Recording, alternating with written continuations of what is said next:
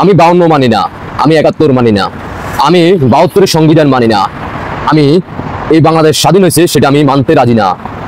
কিন্তু আজকে দুদিন থেকে ভাইয়ে 71 কিভাবে না মানতে হয় সেটার জন্য কি কাপড় তুলতে হয়, 52 কিভাবে না মানতে হয় সেটার জন্য কি কাপড় তুলতে হয়, 72-এর সংবিধান না মানার জন্য কি কাপড় তুলতে হয়?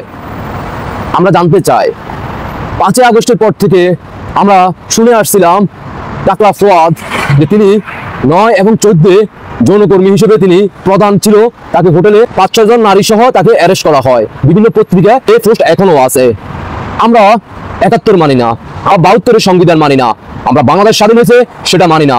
এগুলো না মানার জন্য তিনি পার্সোনালে আমাদের জারা বাবির সাথে, যিনি সেলফি তুলতো এনসিপি জুলাই যোদ্ধা, তার সাথে পার্সোনালে সময় কাটাইছে, তাও আবার 31 মিনিট। অনেক বিউটিফুল। কিন্তু কথা হচ্ছে আমাদের বাংলাদেশের যে সাংবাদিকেরা ভাইয়েরা আছেন, বিভিন্ন নিউজ করেন, এই টাকলা ফুয়াদকে গিয়ে কি কোনো ধরনের বিবৃতি আপনারা জিজ্ঞেস করতে পারেন না? এটা কি এআই দিয়া আসলে কি এটা সত্য না মিথ্যা? অন্তত জিজ্ঞেস করতে পারেন। হোক সে বলক যে হ্যাঁ ভাই এটা এআই দিয়া তৈরি। আবার জারা বাবির সাথে যিনি আছেন, হ্যাঁ, যে আমাদের জুলাই যোদ্ধা নারী সমন্বয়ক যে আফা আছেন, উনিও বলক যে হ্যাঁ এটা আমি না, এটা অন্য কেউ হইতে পারে। তারপরে তো বাঙালি জাতি মনে করবে না ঠিক আছে, টাকলা ফুয়াদ যেহেতু বলছে, আমাদের জারা বাবির সাথে যিনি সেলফি তুলছেন তিনি যদি বলছেন, তাহলে এটা আওয়ামী লীগের নেতাকর্মীরা এটা গুজব ছড়াইছে, এটা ভিডিওটা এআই দিয়ে তৈরি। বলক না, বলতে সমস্যা কোথায়? আপনার সাংবাদিক ভাইরা একটু জিজ্ঞেস করেন না রে ভাই।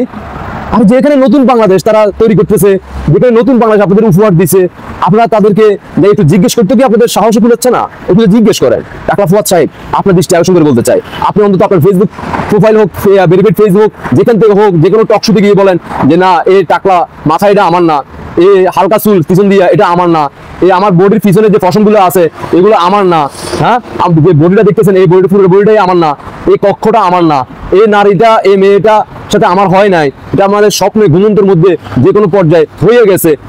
আমরা তো জুলাই যোদ্ধা, আমরা তো 52 মানি না, আমরা বাংলা ভাষা আমরা স্বীকার করি না, আমরা উর্দু ভাষা বাস্তবায়ন করব, আমরা পাকিস্তানকে ধারণ করি, আমরা 71 মানি না, বঙ্গবন্ধু দেশ স্বাধীন করছে সেটা আমরা মানি না, বঙ্গবন্ধুর ডাকে বাংলাদেশ স্বাধীন হয়েছে সেটাও আমরা মানি না, মুক্তিযুদ্ধ হয়েছে বলে কোনো শব্দ আছে সেটাও আমরা মানি না।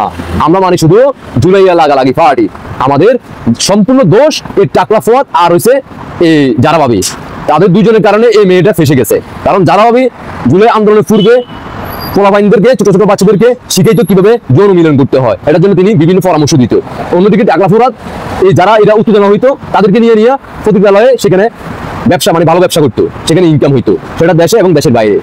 আর এখন সেটার জন্য এই মেয়েটা সুন্দরী যে আমাদের পাকিস্তানি আফাটা, এটা ফাইসে গেল। কিন্তু আফা তো দেখতে অনেক কিউট, তারপরেও যেন কেন যেন ফাইসে গেল। তাও আবার লাগালাগি পার্টিটা, লাগালাগি পার্টি একসাথে। আমরা কেউ না, যদি জয় বাংলার সাথে করতো তাহলে তো বুঝতে পারতাম না জয় বাংলা সৈনিকেরা হয়তো জোরমোর মানে চাপ সৃষ্টি করে হয়তো বা কিছুটা করছে। ওদের একটা বিবৃতি দেন ভাই, দেশবাসী তাকিয়ে আছে, যারা তাকিয়ে আছে সবাই, আপনারা একটা বিবৃতি দেন না রে ভাই, নির্বাচন হরে করেন না, আগে জিনিসটা প্রুভ করে দেন না যেটা আসলে সত্য না মিথ্যা। ধন্যবাদ সবাইকে, দেশবাসীকে দেখার সুযোগ করে দিবেন। আপনাদের ব্যক্তিগত মতামত অবশ্যই কমেন্টে জানিয়ে যাবেন। আর আমরা এইভাবে কিন্তু কাপড় খুলে কিন্তু আমরা 72 সংবিধান পরিবর্তন করবো, 71 আমরা মুছে দিব, 52-এর ভাষা আন্দোলন থেকে শুরু করে, মুক্তিযুদ্ধ থেকে শুরু করে এই বাংলাদেশের নাম সকল কিছু আমরা পরিবর্তন করে দিব ইনশাআল্লাহ। আল্লাহ হাফেজ। ইনকলাব জিন্দাবাদ, পাকিস্তান জিন্দাবাদ, এইভাবে হয়ে যাবে জয় বাংলা।